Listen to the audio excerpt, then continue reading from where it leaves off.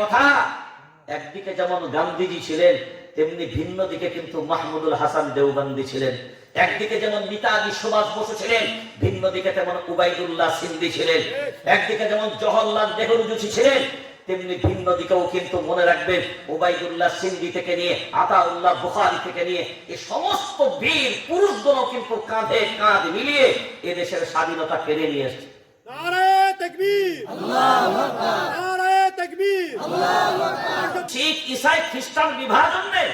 একদিকে যেমন গান্ধীজির মতন মানুষ ধুতি পরা খালি গায়ে চারিদিকে দেখবেন এই খাদি পোশাকের মানুষটা যেমন একদিকে দাঁড়িয়ে যেতেন, তেমনি একদিকে পাগড়িওয়ালা, দাড়িওয়ালা, টুপিওয়ালা দাঁড়িয়ে যেতেন। এটাই ছিল ভারতবর্ষের ঐতিহ্য, এটাই ছিল ভারতবর্ষের ইতিহাস, আর এটাই ছিল প্রকৃতপক্ষে ভারতবর্ষ।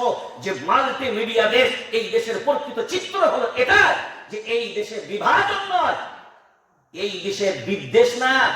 এই দেশে আমরা এই বিদ্বেষ আর বিভাজন চিনতাম না, কিন্তু আজকের জামানার আজকের সময়ে দাঁড়িয়ে যেন মনে হচ্ছে এই দেশের মাটিতে আমাদের বিভাজন আর বিভেদের একটা রেখা আমাদের মাঝখানে টেনে দিয়েছে। একটা হিন্দু ভাইকে যদি ডাকি, তার শরীরটা কাটলেও রক্তটা সাদা, জোরে বলেন। আর একটা মুসলমানকে দাঁড়িয়ে কাটলে জোরে বলেন না, লাল। এখন ভাবনা চিন্তা করে দেখেন, একজন হিন্দু ভাইয়ের চোখ কয়টা? আর আপনার মুসলমানের চোখ দুইটা। তার কান কয়টা? আপনার দুইটা। জোরে বলেন। তার পা দুইটা। আপনার দুইটা। সবাই বলেন দুইটা। সেও ভাত খায়, আপনিও সেও ভাত খায়, আপনিও সেও মুড়ি খান, আপনিও সেও মুরগি খায়, আপনিও খান। ও খানা খায়, আপনিও খানা খান। ওরও বাড়িঘর আছে, আপনারও বাড়িঘর আছে, ওনাদেরও বিবি বাচ্চা আছে, আপনাদেরও। কিন্তু আজকে যদি কেউ মনে করেন একটা জায়গায় দাঁড়িয়ে আমাদের নিজেদের ভিতরে কিন্তু কোনো বিভাগ নাই, আমাদের নিজেদের ভিতরে কিন্তু কোনো বিভেদ নাই, এই বিভেদটা টানার পিছনে এক শ্রেণীর মানুষের চক্রান্ত হলো এটা, এই চেয়ার দখলের লড়াই। الذي جعل الشمس والقمر بحسبان والنجم والشجر يسجدان وفضل زمانا على زمان كما فضل مكانا على مكان وإنسانا على إنسان ونشهد أن لا إله إلا الله وحده لا شريك له لا ضد له ولا ند له ولا مثل له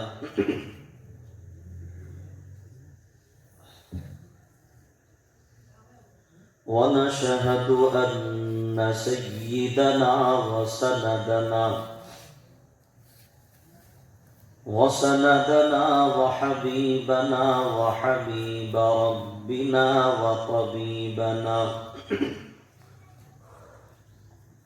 وطبيب قلوبنا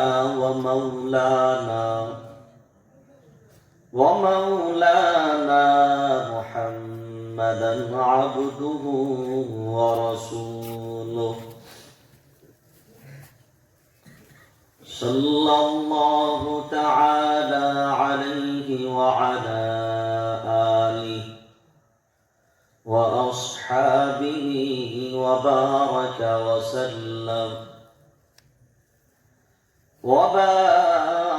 وسلم تسليما كثيرا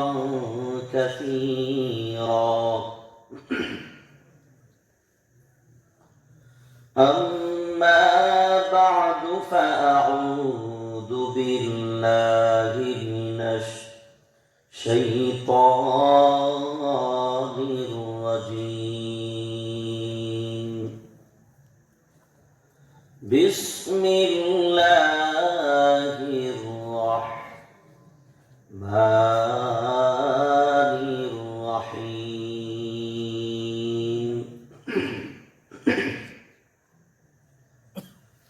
قل يا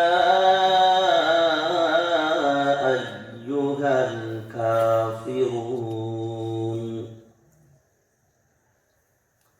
لا أعبد ما تعبدون ولا أنتم عابدون ما أعبد ولا أنا عابد ما عبدتم ولا أنتم عابدون ما أعبد لكم دينكم ولي دين. قال الله تعالى عز وجل وقال النبي صلى الله عليه وسلم لا طاعة لمخلوق في معصية الخالق أو كما قال عليه الصلاة والسلام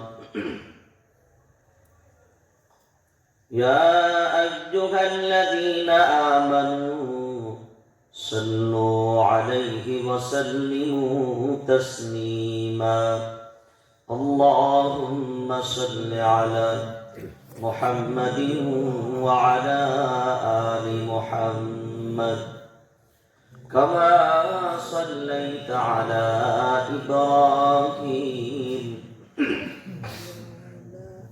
وعلى آل إبراهيم إنك حميد مجيد اللهم بارك على محمد وعلى آل محمد كما باركت على إبراهيم وعلى آل إبراهيم إنك حميد مجيد مقبول تو ہے شاز ہے قابل تو بہت ہے مقبول تو ہے شاز ہے قابل تو بہت ہے اے ناک منندے تو نہیں دل تو بہت ہے اے ناک منندے تو نہیں دل تو بہت ہے الفت نے برابر کے وفا ہو کے جفا ہو الفت نے برابر کے وفا ہو کے جفا ہو ہر چیز میں لذت ہے اگر دل میں مزہ ہو ہر چیز میں لذت ہے اگر দিল মে মাজা হো যতজন বসে আছেন সবাই উচ্চ আওয়াজে দরুদে ইব্রাহিমটা পড়েন আওয়াজটা এতটাই বুলন্দ হবে যেন আপনাদের আওয়াজ স্টেজ পর্যন্ত আসে যে দরুদটা নামাজে পড়ি ওই দরুদটাই সবাই মিলে উচ্চ আওয়াজে পড়তে ধরি পড়েন اللهم صل على محمد وعلى آل كما صليت على إبراهيم وعلى آل إبراهيم إنك حميد مجيد اللهم بارك على كما باركت على إبراهيم وعلى آل إبراهيم إنك حميد مجيد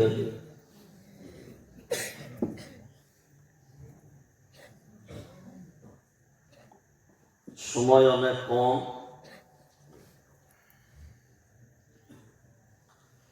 কথা অনেক বেশি বর্তমান যা সময় আর সময়ের যা দাবি, তা নিয়ে যদি আমরা যুব সমাজ না ভাবি, তবে খাতা কলমে লিখে নাও, খুব দ্রুত একদিন এমন আসবে যখন খুব চরম পস্তাবে।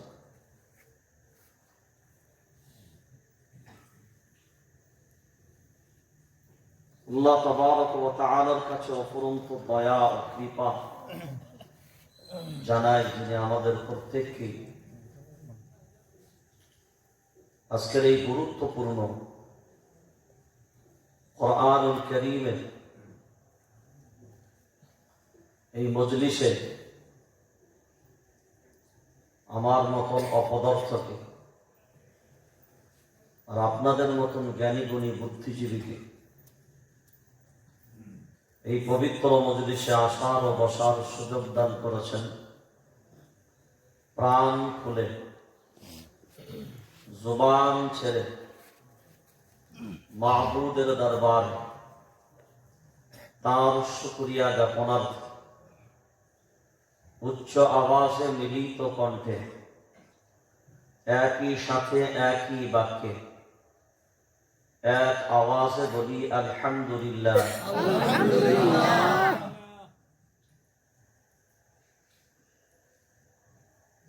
আজকের জলসার স্বনামধন্য সভাপতি, আমন্ত্রিত অতিথি, বিশেষ অতিথি উলামায়ে কেরাম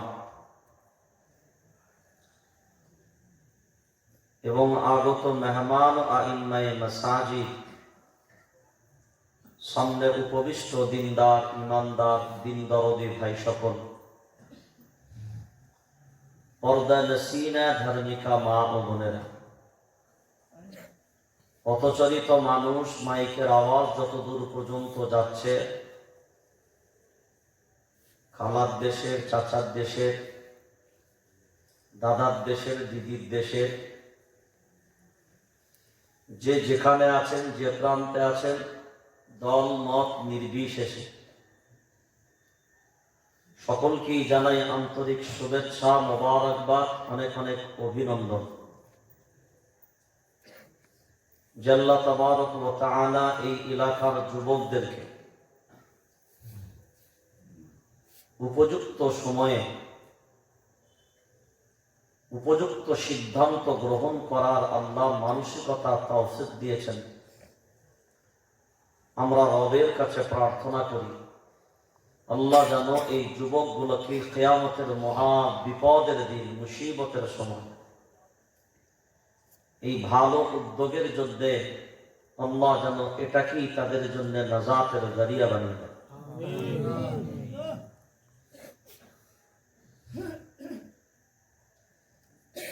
যে সময় আমরা এখানে বসা,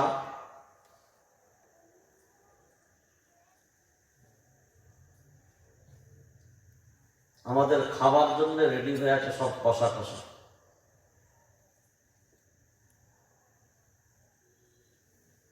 কারণ এই মুহূর্তে যা পরিবেশ আর যা পরিস্থিতি তৈরি হচ্ছে,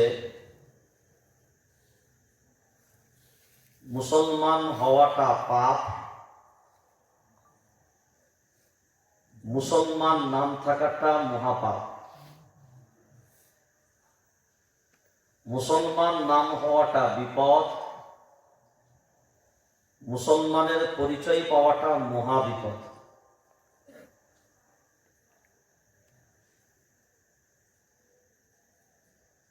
যে বিষয়গুলো আলোচনা করার ভাবনা চিন্তা আছে, আমরা সবাই আল্লাহর কাছে দোয়া করি, আল্লাহ যেন কথাগুলো অন্তত আমাকে বলার তৌফিক আল্লাহ দান করে। কারণ মনে রাখবেন, আমি যা চাইবো তা হবে না, আমি যা ভাবছি তা পাবো না, আর তিনি যা চাচ্ছেন সেটাই হবে, তার বাইরে আর কিছুই যারা বলেন হবে না। এখন এখানে বসে আছেন অন্তত যারা, আমি নিশ্চিত মুসলমান তারা, কবরে মুসলমান ঠাঁই পাবে, কোনো প্রশ্নের জবাব দিতে হবে না, কিন্তু মুসলমানের বাচ্চা কবরেও পার পাবে না। আবার কথাটা বলছে, ডায়লগ গুলো মুখস্থ করবে। মুসলমান কবরে যাবে নিশ্চিত, কোনো প্রশ্নের জবাব দিতে হবে না, কিন্তু মুসলমানের বাচ্চা কবরে গিয়ে পার পাবে না।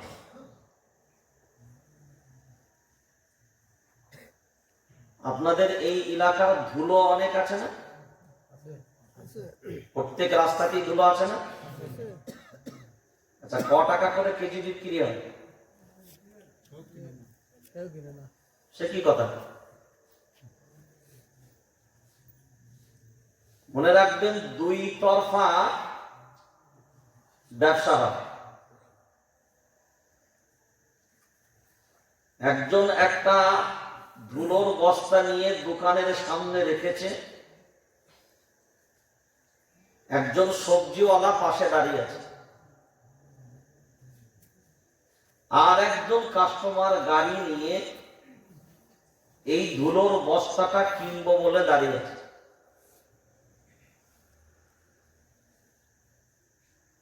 তো এই ধুলোর বস্তার দাম কত? সবজিওয়ালা বলছে, পাগল হয়েছিস? ধুলো আবার বস্তায় পুরে আবার দাম? তো দোকানদার বলে 50, এ বলে ভাই 40 নে, না হলে নো 50, নো চান্স। বলছে দিবি যদি 55, তাহলে করবো গণ্য, আর নতুবা তুই চলে যা, কারণ আমি বুঝে নেবো কেনার মতন ক্ষমতা তোর নাই, তুই একটা নগণ্য। এখন সবজিওয়ালা পাশ থেকে দেখে দেখে ভাবছে, বেটা ধুলোর আবার দরদাম হয়? এক বস্তা ধুলো বেটা বলে 40 আর 50,000।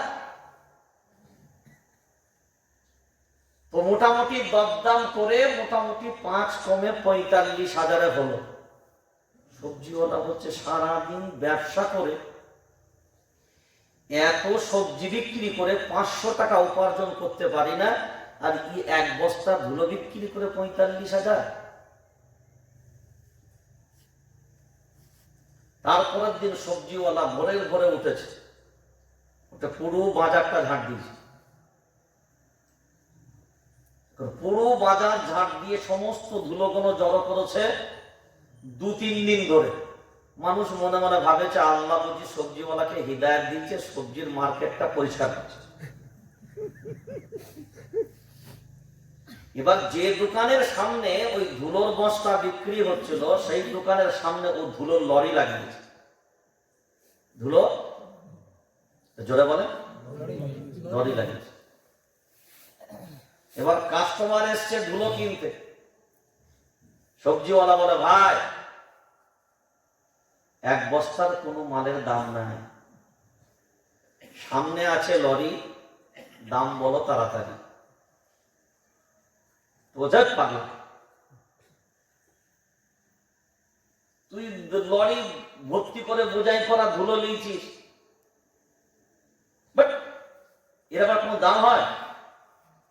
সবজিওয়ালা বলছে, এক বস্তার দাম আছে, এক লরির দাম নাই। তুই কানা না অন্ধ আমি বুঝি না, এখন তো মনে হচ্ছে তোর বিবেকই নাই।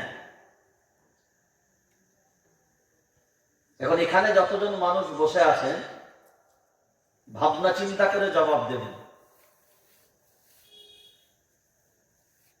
এখন এ বলছে, ভাই বিক্রি নাই মানে? তুই একটা কাজ কর, 3 দিন ধরে ভোরের বেলায় উঠে গোটা মার্কেট ঝাঁট দিয়ে ধুলোগুলো জড়ো করেছে। এখন বললেন 500 টাকায় বিক্রি হবে।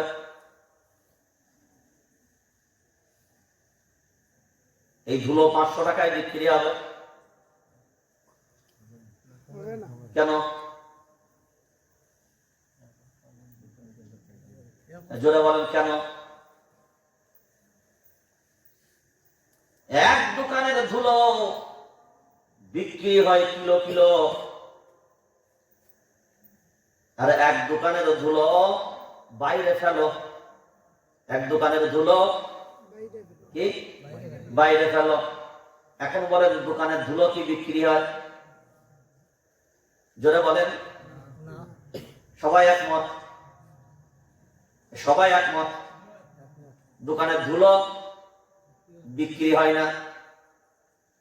এইটাই তো আপনারা এখনো পর্যন্ত বুঝতে পারেননি যে দোকানের ধুলো বিক্রি হয় না। বুঝে নিতে হবে এই আসল ধুলো এখনো পর্যন্ত চিনতে পারে না। আপনাদের কৈলাসহর এলাকায় 59 জেলায় সোনার দোকান আছে, জোরে বলেন আছে? সবাই বুকে হাত রেখে বলেন এই সোনার দোকানের ধুলো ফেললে কথা বলে না?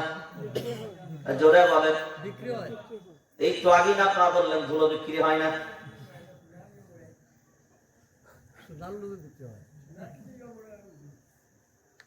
এখন বলে ধুলো বিক্রি হয়, সোনাটা পরে ভাবেন দোকান সোনা। কারোর দোকানের ধুলো বিক্রি হবে হাজার হাজার টাকায়, আর কারোর দোকানের ধুলো যদি লরি লরি জমা করে দাও 1 টাকারও কোনো দাম, জোরে বলেন দাম নাই। আল্লাহ কোরআনুল কারীম এত সুন্দর ভাবে কথাটাকে সাজিয়ে বললেন, আল্লাহর গোলাম ওয়ালাকাদ কাররামনা বনি আদম ওয়া হামালনাহুম ফিল বাররি ওয়াল বাহর ওয়া রাযাকনাহুম মিনাত তাইয়্যিবাত। আল্লাহু আকবার বলেন। এখন বলেন দুনিয়াতে প্রাণী আছে না নাই?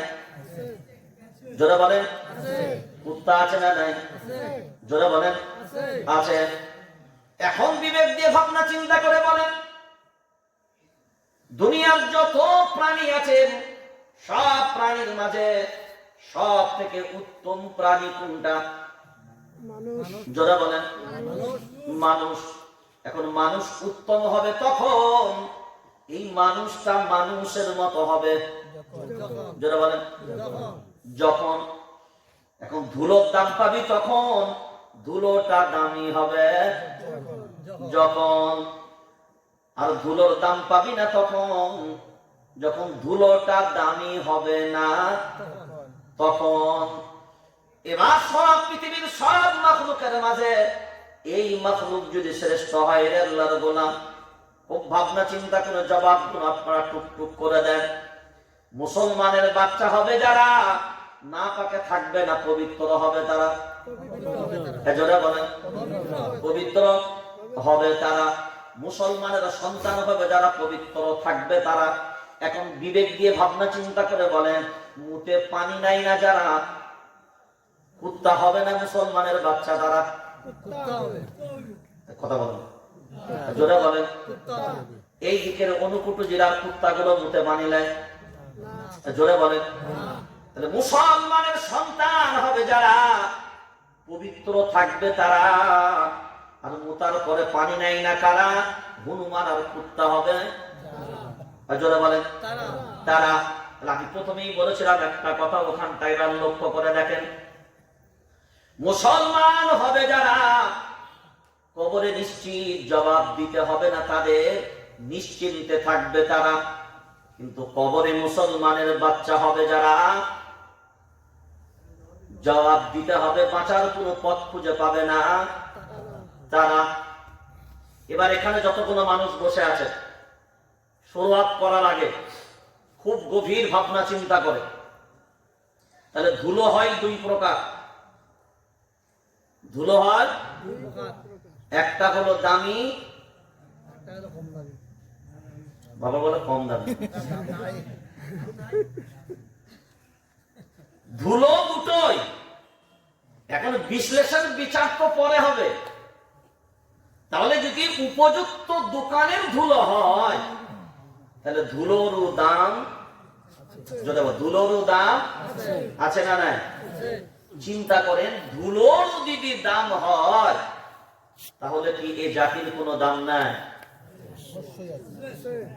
জোরে বলেন আছে। এখন আপনি যদি মনে করেন ওই বাজার সবজিওয়ালার মতো সারা বাজারে ধুলো গুলো জড়ো করে, এখন যদি মনে করেন সোনার দোকানের ধুলোর সাথে আপনার ধুলোটাকে এবার পাল্লায় ওজন করে দামে বিক্রি করবেন, এটা বোকা না বুদ্ধিমান? জোরে বলেন। এবার আপনি চিন্তা করেন সারা পৃথিবীর সব মাখলুকের মাঝখানে আপনাকে আল্লাহ শ্রেষ্ঠত্ব দান করলেন। কি দান করলেন? জোরে বলেন। শ্রেষ্ঠত্ব দান করলেন, যে সব মাখলুকের সেরা মাখলুক হলি তোরা। সারা সব মাখলুকের সেরা মাখলুক হলি, জোরে বলেন, তোরা। এবার আমরা যদি ভাবনা চিন্তা করে দেখি সারা পৃথিবীর শ্রেষ্ঠ মাখলুক যদি আল্লাহ আমাদেরকে বানান আল্লাহর গোলাম, তাহলে মনে রাখা আমাদের প্রথম দরকার, এইটা যদি আল্লাহ আমাদেরকে বানান নিশ্চয়ই আমাদের সব কিছুই ভিন্ন ভিন্ন হবে, অন্যের মতন এক হতে পারে? জোরে বলেন না। কোরআনুল কারীমের একটা সূরা গোটা আপনাদের সামনে আমি প্রথম তিলাওয়াত করেছি, এর প্রথম শাব্দিক আসল উদ্দেশ্যটা আপনার সামনে প্রথম বর্ণনা করি, তাহলে বাকি বিষয়গুলো আপনার সামনে আলোচনা করা সহজ। আমরা এখানে সবাই কম বেশি জানি সূরা কাফিরুন, আমরা নামাজে সবাই কম বেশি পড়ে থাকি, পড়ি না বলেন? অর্থ জানি বা না জানি, কিন্তু সূরা কাফিরুন আমরা অন্তত সবারই কম বেশি মুখস্থ, কিন্তু একটু জরি বটি সূরা এটা, মানে এমনি সময়তে ভালো লোকের এটা গোলমাল লেগে যায়, কারণ এই 6টা আয়াত বারবার ঘুরিয়ে ফিরিয়ে একটু পেঁচিয়ে পুচিয়ে এই মুহূর্তে যে সময় আমরা ভারতবর্ষে বসবাস করছি, সারা পৃথিবীর মানচিত্রে এখন যদি আপনাদেরকে জিজ্ঞাসা করা হয় সব থেকে লাঞ্ছিত জাতিটার নাম কি, সবাই বলেন মুসলমান। সব থেকে অপদস্থ অপমানিত জাতিটার নাম কি? জোরে বলেন অপমান না মুসলমান? জোরে বলেন মুসলমান। এখন আপনি বিবেক দিয়ে ভাবনা চিন্তা করে বলেন, যেখানে আল্লাহ কোরআনুল কারীমে বলছেন ওয়ালাকাদ কাররামনা বনি আদম, যে এরা হলো শ্রেষ্ঠ জাতি, কিন্তু বাস্তবের সাথে আমরা এবার লক্ষ্য করে দেখছি যে সারা দুনিয়ার মানচিত্রে সব থেকে লাঞ্ছিত আর অপমানী জাতি, কিন্তু কোরআন বলছে কি সব থেকে বলে শ্রেষ্ঠ জাতি, শ্রেষ্ঠ মাখলুকেরা। কিন্তু সারা দুনিয়ার মানচিত্রে লক্ষ্য করে দেখছি যে সারা দুনিয়ার মানচিত্রে এরা সব থেকে অপমানিত লাঞ্ছিত জাতি। তার কারণগুলো আমরা কি কোনোদিন তালাশ করেছি?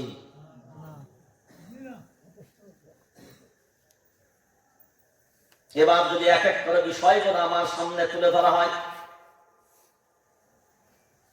আমরা যে দেশটায় বসবাস করি এটা হলো ভারতবর্ষ। কি দেশ? সবাই বলেন কি দেশ? এখন বলেন এই দেশটা কার? সবাই বলেন এই দেশটা কার? এই দেশটা কার? বলছে মোদী বাবু আর অমিত শাহ। এই দেশটা কার? জোরে বলেন না এই দেশটা কার? বুঝতে পারেন না? এখন এই দেশটা হলো আমাদের সবার। এই দেশটা হলো আমাদের সবার। আর যদি নির্ভেজাল ভাবে জবাব দিতে চাও আল্লাহর গোলাম, তবে এক বাক্যে বলো এই দেশটা আমার বাপের। নির্ভেজাল জবাব দিতে হলে এই দেশটা আমার বাবা, এই দেশটা আমার বাবা। এবার যদি এই জায়গাটা লক্ষ্য করে দেখেন, এই ভারতবর্ষ 850 বছর কিন্তু এই দাড়িওয়ালা টুপিওয়ালারা শাসন করে গেছেন আল্লাহর গোলাম। 1 বছর 2 বছর নয়, 850 বছর শাসন করেছে। দিওয়ানি আম আমার বাপের, দিওয়ানি খাস আমার বাপের, লাল কেল্লা আমার বাপের, গোলকেন্ডা কেল্লা আমার বাপের, কুতুব মিনার আমার বাপের, তাজমহল আমার বাপের, এখনো পর্যন্ত দ্ব্যর্থহীন কণ্ঠে বলতে পারি এই ভারতবর্ষের যে ম্যাপিংটা আছে, যে মানচিত্রটা, এইটা কারোর বাবার তৈরি করা ম্যাপিং না, এইটাও পর্যন্ত আমার বাপ দাদুরা করে গেছে। আজ যদি লক্ষ্য করে দেখি 850 বছর শাসন করার পরেও আজ দেশের মাটিতে বর্তমান সময়ে যেন মনে হচ্ছে তোমার নামটা কি যদি মুসলমান হও, মুসলমান নামটাই যেন তোমার কাছে মনে হচ্ছে একটা কঠিন নাম। আজ সব কিছু বাদ দিয়ে তোমরা মনে মনে ভাবো বিভিন্ন রকমের ডকুমেন্টস, বিভিন্ন রকমের কৌশল অবলম্বন করে তোমার পরিচয় তুমি এই দেশের নাগরিক কিনা, এই দেশের বাসিন্দার কিনা। যদি ন্যায় বিচার যদি প্রকৃতপক্ষে করা হয় তবে এক বাক্যে জেনে নাও, মুসলমান নাম হওয়াটাই সব থেকে বড় ডকুমেন্টস হলো ভারতবাসী। কি বললাম? মুসলমান নাম হওয়াটাই, মুসলমান নাম হওয়াটাই সব থেকে বড় ডকুমেন্টস হলো এরা সব থেকে বড় ভারতবাসী। এই জন্য প্রথম কটা বিষয় আমাদের এই জন্যই জানা দরকার। এক শ্রেণীর আমাদের ভিতরেও এটা ভুল ধারণা আছে। আচ্ছা, ইসলামের বয়স কত বছর? সবাই জোরে বলে, ইসলামের বয়স কত বছর? বড় সাহস করে বলেন না, ইসলামের বয়স কত বছর? 1450 বছর আপনি বলতে যাচ্ছেন। আমাদের এক শ্রেণীর আমাদের নিজেদের ভিতরে এটা ডাউট আছে, আমাদের নিজেদের ভিতরে এটা সন্দেহ আছে। আমরা সবাই মনে করি ইসলাম আরব থেকে এসেছে, যার কারণে আমাদের বর্তমান সময়ে বহু গদি মিডিয়া যেগুলো আছে, চাটুকারিতা দালাল মিডিয়া যেগুলো আছে, সেগুলো আমাদের মাঝখানে উপস্থাপন করে যে ইসলাম তো আরব থেকে এসছে, এর বয়স হলো 1450 বছরের, মানে 1400 বছরের বয়স হলো ইসলামের। কিন্তু আমাদের অধিকাংশ জানা নাই, আমরা জানি না এই কথা। আমরা দ্ব্যর্থহীন কণ্ঠে বলছি ইসলামের বয়স 150 বছর না, 1400 বছর না, 1500 বছর না। ইসলামের বয়স হলো, বুনিয়াদ হলো, এটা লিখে রেখে দেন। আর এটা সার্বিক ভাবে হলো সত্য, এটা সারা দুনিয়া মানুক বা না মানুক দ্ব্যর্থহীন কণ্ঠে আমরা বলছি ইসলামের জন্মভূমি আর ইসলামের জন্মস্থান আর ইসলামের যে জন্মের আসল স্থান, জন্মভূমিটার নাম হলো হিন্দুস্তান। ইসলামের জন্মভূমির নাম জোরে বলে, ইসলামের জন্মভূমির নাম হিন্দুস্তান। কারণ ইসলামের জন্মভূমির নাম এই জন্য হিন্দুস্তান। আমার আপনার সবার আব্বা হলেন আদম আলাইহিস সালাম। আমাদের সবার আব্বাকে আদম আলাইহিস সালাম, জোরে বলেন আদম আলাইহিস সালাম। এখন সবার আব্বা যদি আদম আলাইহিস সালাম হয়, এখন বলে আমার আব্বাকে আল্লাহ পাঠিয়েছিলেন কোথায়? হিন্দুস্তানে। অখণ্ড ভারতবর্ষ যখন ছিল, যখন এ দেশ বিভাজন হয়নি, এ দেশ ভাগ হয়নি, এই তারকাটের বেড়া যখন ছিল না, সমতল দুনিয়া ছিল, আমার আব্বা কিন্তু তখনই এই দুনিয়ার মানচিত্রে পা রেখেছিলেন। আর তিনি অন্য কোন প্রান্ত থেকে এসে এই দুনিয়ার এই ভারতবর্ষের মাটিতে স্পর্শ করেনি। তিনি ছিলেন জান্নাতের ভিতরে, যেটা আমরা অন্য ধর্মের মানুষরাও বলি স্বর্গ, আর আমরা মুসলমান অন্তত আমরা বলি জান্নাত, অন্য ধর্মের মানুষ বলে স্বর্গ। দেখেন, প্রত্যেক ধর্মের আশা বা আস্থা এটা আছে, কেউ স্বর্গ বলে, কেউ নরক বলে, আমরা জান্নাত বলি আর জাহান্নাম বলি। এখন সব তার উদ্দেশ্য একটাই, যে যে স্বর্গ পাবে সে ভালো থাকবে, যে নরকে যাবে সে আগুনে পড়বে। নরকে, এই নর, নারুন থেকে নর, নারুন মানে কি? আগুন। কিন্তু কোরআনে নারুন যত জায়গায় আসবে ওটা নির্দিষ্ট করা হয়েছে ওটা জাহান্নামের আগুন।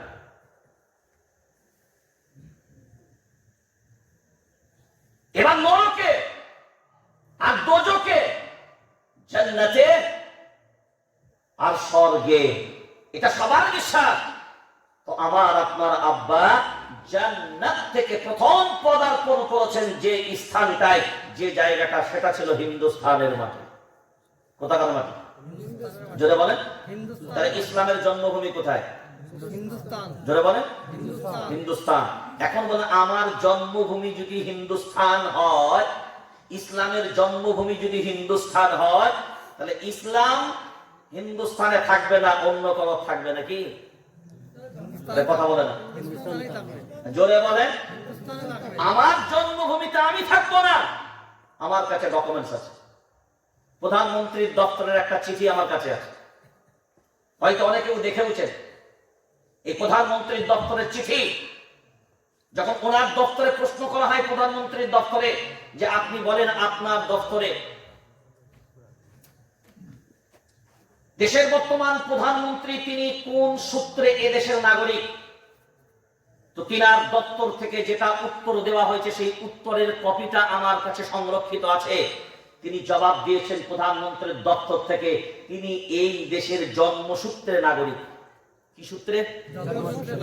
জন্মসূত্রে যদি তিনি নাগরিক হন, এখানে যতজন মানুষ বসে আছেন যাদের 50 বছর বয়স, যাদের 60 বছর বয়স, যাদের 70 বছর বয়স, যাদের 90 বছর বয়স, আপনাদের জন্ম কোথায় রয়েছে?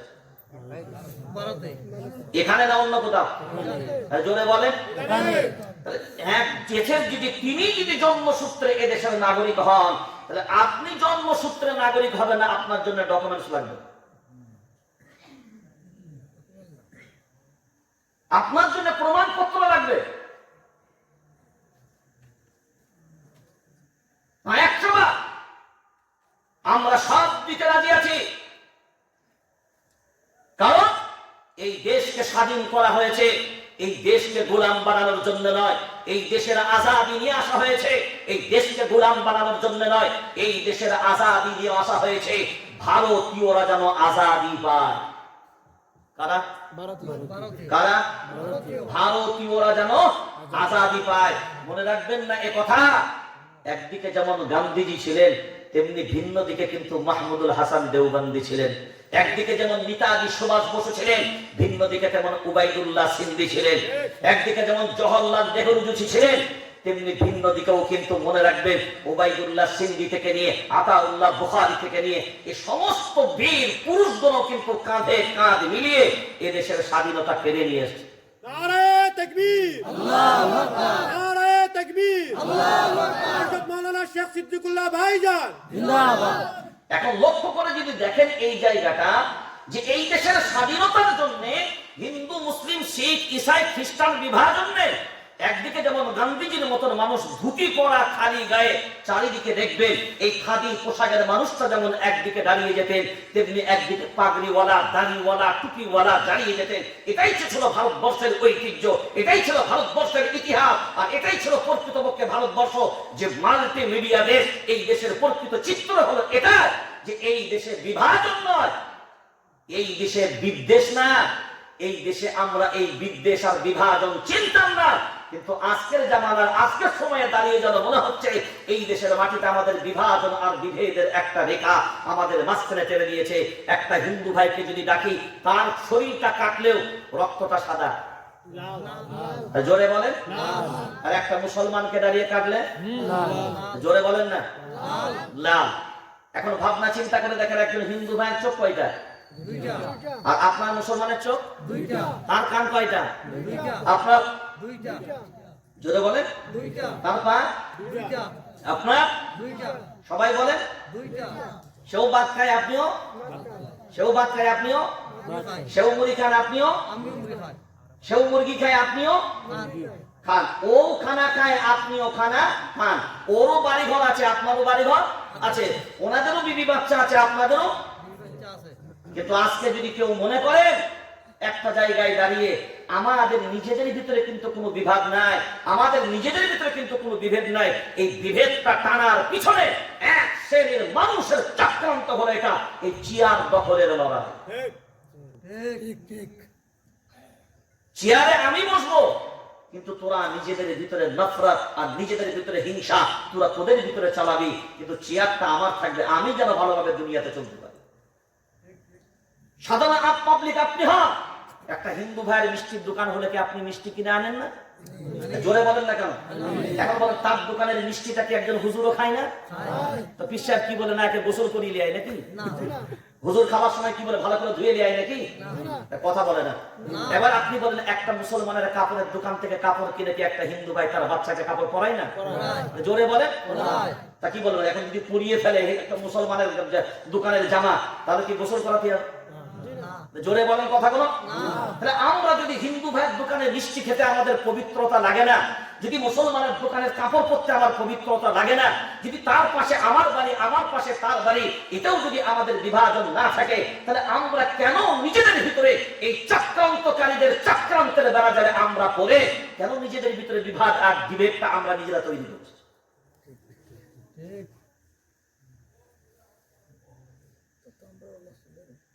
এখানে যদি আপনার কোন একজন অসুস্থ ব্যক্তি হয়ে যান, আমার পশ্চিম বাংলায় এখনো পর্যন্ত বলছি রামকৃষ্ণ মিশন নাম শুনেছেন? শুনেছেন না? বহু স্বামীজিরা সেখানে থাকেন। এখনো পর্যন্ত আমি সিদ্দিকুল্লাহ যদি রামকৃষ্ণ মিশনের মাটিতে চলে যাই, বহু স্বামীজিরা এখনো পর্যন্ত আছে। তারা বলে আর ইমাম সাহেব সিদ্দিকুল্লাহ সাহেব এসছে, চা দাও নাস্তা দাও। এখনো পর্যন্ত গেলে আমরা একসাথে চা নাস্তা করি। আল্লাহু আকবার বলেন। তিনি স্বামীজি, আমি ইমাম সাহেব। যারা প্রকৃত মানুষ তাদের ভিতরে বিভাজন নেই। আমরা কলকাতার একটা হাওড়া জেলাতে একটা প্রোগ্রাম করছিলাম এক বছর, সব মাসলাকের নেতৃত্বকে দাওয়াত করেছি এবং ভিন্ন ভিন্ন ধর্ম অবলম্বী নেতৃত্বকে দাওয়াত করেছি।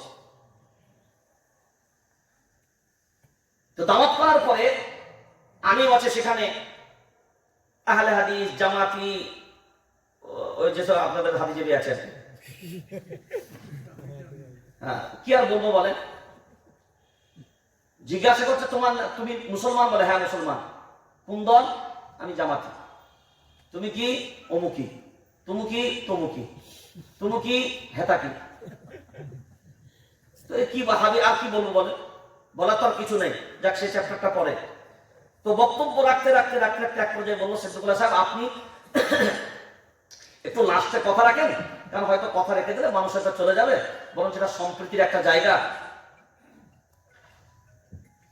তাই বলে ঠিক আছে, একটা কাজ করেন, লাস্টে কথা আমি রাখবো না, স্বামীজি এসছেন উনি লাস্টে কথা রাখুক, উনার আগে আমি বক্তব্য রাখি এবং আমার বক্তব্যটাও উনি শুনুক আর উনারটাও আমি বসে শুনবো, এটাও একটা সম্প্রীতির প্রয়োজন আছে। তো শোনেন শোনেন, এগুলো আইবি বিআইবি গোয়েন্দা বিভাগ প্রশাসনিক বন্ধু হিন্দু মুসলিম শিখ ইসাই সবার যারা দরকার, যারা আজকে আমাদের মাঝখানে হিংসা বিদ্বেষ ছড়ায়। স্বামীজি উঠে বক্তব্য রাখার পরে সেখানে তো হিন্দু ভাইরাও আছে মুসলমানরাও আছে, তো বলছে আপনারা যারা এখানে বসে আছেন আর স্বামীজিদেরকে দেখবেন হিন্দু মায়েরা হিন্দু ভাইরা এতটা শ্রদ্ধা করে, সবাই স্বামীজিদেরকে দেখলে ওদের পায়ে প্রণাম করে, পায়ে প্রণাম করে, কারণ ওদেরকে খুব শ্রদ্ধার নজরে দেখেন ওনাদের। এবার তিনি বক্তব্য রাখতে গিয়ে এক পর্যায়ে বলছেন আজকে আপনারা যারা আমার পায়ে প্রণাম করে নিজেদেরকে ধন্য মনে করছেন তাদেরকে একটা মজার কথা শোনাবো।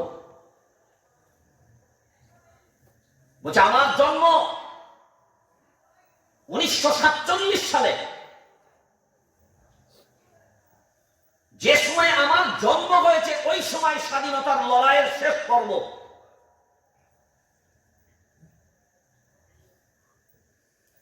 তো আমার মাকে আমি খুঁজে পাইনি, তখন আমি শিশু।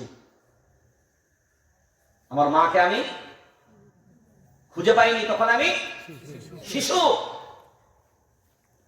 কিন্তু একটা শিশুকে, এই অবলা পাখির মতন শিশুটাকে এমনি ছেড়ে দেয়নি, একজন মা আমাকে উঠিয়ে নিয়ে গিয়েছিল, সেই মাটার নাম কিন্তু ফাতেমা। মাটার নাম বলছে আমি যার স্তনের দুগ্ধ পান করে আজকে আমি স্বামীজি হয়েছি, আমার শরীর যা আমার যার দুগ্ধ পান করে আমার শরীরের মাংস হয়েছে, যার দুগ্ধ পান করে আজকে আমি স্বামীজি হয়ে যার পায়ে আপনি প্রণাম করলে নিজেকে ধন্য মনে করেন, তো আমি বলবো আমার পায়ে প্রণাম করার থেকে আমার মা ফাতেমার পায়ে আগে প্রণাম করে।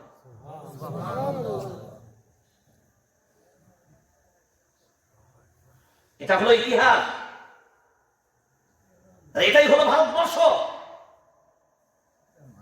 আপনাদের যখন অসুস্থ হয়, কেউ অসুস্থ হয় না যার ব্লাডের দরকার হয়, ব্লাড ক্যাম্পে যান না, ব্লাড ব্যাংকে যান, ব্লাড নেন। এখন গিয়ে বলেন একটা মুসলমানের রক্তের দরকার, আপনার গিয়ে ব্লাড ব্যাংকে গিয়ে আপনার ব্লাড ব্যাংকে গিয়ে কি বলেন, ভাই একটা রক্ত লাগবে এ পজিটিভ, কিন্তু রক্তটা মুসলমানের হতে হবে। আবার মুসলমানের হতে হবে, ও আবার দেখছে আমি কোন জামাত করি, বলে আমি হ্যাঁ দেওবন্দি, তো রক্তটা যেন মুসলমান হবে আর দেওবন্দিরই যেন হবে। এরকম রক্ত তো পাওয়া যাবে আলহামদুলিল্লাহ, সব লেভেল তো মারা আছে, কথা বলে না। একজন হিন্দু ভাই গিয়ে কথা বলবে যে ভাই এ পজিটিভ বি পজিটিভ রক্ত লাগবে, কিন্তু রক্তটা কিন্তু কোনো মুসলমানের বলে হবে না, রক্তটা হিন্দু ভাইয়েরই হতে হবে। আর আমি ও আবার দেখলো আমি কাকে পূজা করি, আমি কাকে, হ্যাঁ অমুককে পূজা করে, আমি যাকে পূজা করি সেই রকম একজন হিন্দু ভাই হতে হবে। কথা বল হবে, জোরে বলা হবে কোনদিন সম্ভব? আর আমরা কোনদিন খুঁজি? এখন তার সময় গিয়ে দেখেন আর হিন্দু আর মুসলমান কিছুই কিছুই ওই রক্ত নিয়ে আসলেন মুসলমান, আপনার শরীরে রক্ত দিলেন, রক্তটা কার আপনি একদিনের জন্য বুঝলেন না। ওই রক্ত শরীরের ভিতরে আপনার প্রবাহিত হলে এবার আপনি ভাবনা চিন্তা করে বলেন এই রক্তটা পাক না না পাক? এখন মুসলমান যদি এই রক্ত নেন, এখন বলেন মসজিদে ঢোকা জায়েজ না না জায়েজ? ফতোয়া লাগান, এই কথা বলে না, ফতোয়া লাগান। এবার যদি আপনার মনে হয় একজন হিন্দু ভাই তার শরীরের ভিতরে যদি কোনো মুসলমানের রক্ত চলে যায়, তারা ফতোয়া লাগান ওই হিন্দু ভাইটা কোনো মসজিদে মন্দিরে ঢুকতে পারবে না, অপবিত্র হবে। এই কথা বলেন, ফতোয়া লাগবে, এই ফতোয়া লাগবে। এখন এই রকম জায়গায় যদি আমাদের মুসলমানদের ভিতরে যদি আমরা লক্ষ্য করে দেখি আল্লাহর গোলাম, আমাদের ভিতরে মাযহাবী দ্বন্দ্ব, আমাদের ভিতরে মাসলাকি দ্বন্দ্ব, আমাদের ভিতরে জামাতের দ্বন্দ্ব, এই দ্বন্দ্বের তো অভাব নাই। আমাদের নিজেদের ভিতরে এই অভাব তো এত বেশি, এই অভাব আমাদের ভিতরে এই জন্য নাই কারণ আমরা নিজেদের জায়গাতে আমরা সবাই মনে করি আমি নাম্বার ওয়ান, আর বাকি সব জিরো। ওই জন্যই বললাম 850 বছর এই দেশ শাসন করলাম, একদিনের জন্য কিন্তু কেউ কোনোদিন মূল্যায়ন করে গবেষণা করি না। আমরা 850 বছর রাজত্ব করলাম, আমাদের হাত থেকে আল্লাহ এই শাসন ক্ষমতা কেড়ে নিলেন কেন? সারা পৃথিবীতে আল্লাহ শ্রেষ্ঠ মাখলুক বানালেন, শ্রেষ্ঠ মাখলুক বানিয়ে 850 বছর আমরা এই দেশ শাসন করলাম, আল্লাহ আমাদের সম্মানগুলো কেড়ে নিলেন কেন? এই দেশের ক্ষমতা আমাদের হাত থেকে কেড়ে নিলেন কেন? এই দেশের ক্ষমতা আমাদের হাত থেকে চলে গেল কেন? এইগুলো কোনোদিন নিয়ে ভাবনা চিন্তা করেছেন? আমাদের ভাবনা চিন্তা কোন জায়গায়? আমি কোন জামাত করি, এই জামাতটাকে বাড়াবো কি করে? আমি কোন দল করি, এই দলটাকে বাড়াবো কি করে? আমি কোন মতটা নিই, এই মতটা বাড়াবো কি করে? একদিনের জন্য আমরা কোনোদিন মূল্যায়ন করি না যে চেয়ারটা আমরা হারিয়ে ফেলেছি, এই চেয়ারটা আমরা পুনরায় ফিরে পাবো কি করে? এই মূল্যায়ন করেন কোনোদিন? ভাবনা চিন্তা হয় কোনোদিন? এবার লক্ষ্য করে দেখেন, মানুষ তো সবাই আল্লাহ বললেন ঠিক কথাই, ওয়ালাকাদ কাররামনা বানি আদম, শ্রেষ্ঠ মাখলুক। কিন্তু মনে রাখবেন ধুলো কয় প্রকার? ধুলো দুই প্রকার। এক ধুলোর দাম হবে আর এক ধুলো তো হবে, জোরে বলেন, দাম নাই। মজার একটা জিনিস আপনাকে প্রথমে শোনাই। আমার উস্তাদ প্রায় বলতেন অনেক সময় কথা। একদিন ক্লাসে হুজুর এই কথা যখন বলেন বোঝানোর জন্য, এক এলাকায় একজন বিখ্যাত বুজুর্গ আল্লাহ বলা, কারণ যারা পরিচিত আল্লাহ বলা হয় তারা আল্লাহ বলাই হয়। যেমন নবীদের মুজিজা, তো আল্লাহ ওয়ালাদের কেরামতি, এটা বারহাত, এটা কোনো সন্দেহ নাই। এই আল্লাহ ওয়ালা মারাত্মক আল্লাহ ওয়ালা, কাউকে যদি ফু দেয় আর কারোর জন্য যদি দোয়া করে, যা দোয়া করেন আর যা বলেন আল্লাহ সেটা করিয়ে দেন। এক পর্যায়ে পীর সাহেব খানকায় বসে আছেন, হঠাৎ করে লক্ষ্য করে দেখেন সব মুরিদানরা বসা, তার মাঝখানে হঠাৎ করে তাকিয়ে দেখেন একটা বড় ইঁদুর এসে বসে আছে। কে বসা? বড় ইঁদুর। এখন ইঁদুর এসে যখন সামনে বসা, তো পিসাব বলছে, কি ব্যাপার রে তোর? সবাই নালে মুরিদ হতে এসছে, তোর কি ব্যাপার?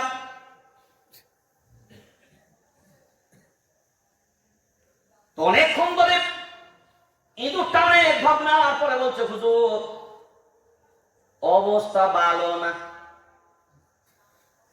যেটা আজকের জামানায় আমাদের সবার কথা, অবস্থা যেটা বলেন ভালো না। বলছে, আবার তোর অবস্থা ভালো না কেন? তুই তো সারা জীবন লোকের সর্বনাশ করে এসছিস, তোর কাজই তো লোকের সর্বনাশ করা। তুই তো দেখিস না কোনটা বড় লোক কোনটা গরিব লোক। বলছে, হুজুর এই জন্য অবস্থা ভালো না, মাটির বাড়ি আর দেখতে পাচ্ছি না। আমি লোকের সর্বনাশ করতে চাইলেও আর সর্বনাশ করতে পারছি না। সব বাড়িগুলো বিল্ডিং হয়ে গেছে, সব বাড়ি সব পাকা বাড়ি। এই যে লোকের সর্বনাশ গুলো করতে আমি এখনো করতে পারছি না, তাই হলো অবস্থা ভালো না। বলছে, তুই কি বলতে যাচ্ছিস? বলছে, এই দিক দিয়ে যেমন অবস্থা ভালো না, এখন আমরা থাকতে পারছি না, গর্তের ভিতরে থাকবো কোথায়? ওই জন্য বাইরে মাঝে মধ্যে ঘুরতে হয়, কিন্তু বিড়ালের জ্বালায় আর বাইরে ঘোরার সাহস পাচ্ছি না। বেটা দেখলেই ধরে আর খায়। বিশ্বাস তখন বলছে, অরিজিনালি তো একটা বিরাট সমস্যা, সত্যি তো অবস্থা ভালো না। তো বলছে, তুই যখন আমার দরবারে এসছিস, এই দরবার থেকে কেউ খালি ফিরে যায় না। তুইও যখন এসছিস, কেন খালি ফিরে যাবি? তুই এখান থেকে কিছু না কিছু অবশ্যই নিয়ে যাবি। তো বল তোর কি দাবি? বলছে, হুজুর বেশি কিছু চাইবো না, অন্তত স্বাধীনভাবে যেন এই দেশে ঘুরতে পারি, এর একটা ডকুমেন্টস লাগবে, আমাকে ওই ডকুমেন্টসটা দিয়ে দেন না। তোর আবার আধার কার্ড কিসের? তোর আবার ভোটার কার্ড কিসের? তোর আবার প্যান কার্ড কিসের? বলে, না হুজুর আধার কার্ড প্যান কার্ডের দরকার নাই। যে বিড়াল গণর অত্যাচারে বাইরে বার হতে পারছি না, আমাদেরকে যদি একটু করেন, ইঁদুরের জায়গা থেকে যদি একটু ফুঁক দিয়া দোয়া করে যদি বিড়াল বানিয়ে দেন তো উপকার হয়। কারণ এখন আমিও বিড়াল হয়ে যখন ঘুরবো, তাহলে ওই বিড়াল আর আমার বেটা ক্ষতি করতে পারবে না। তাহলেই আমার অবস্থা যেমনই হোক না কেন, আমি নিরাপদে থাকবো। তো যখন উস্তাদ এই কথাটা বলেন, তখন আমি প্রথমে ব্যাপারটা বুঝতে পারি না। এবার তখন হুজুর বলে, ঠিক আছে, যে আল্লাহর কাছে দোয়া করলাম, দোয়া করতে দেরি, বেটাকে ফুঁক দিতে দেরি, ও বেটা বিড়াল হতে আর দেরি হলো না, ইঁদুর থেকে বিড়াল।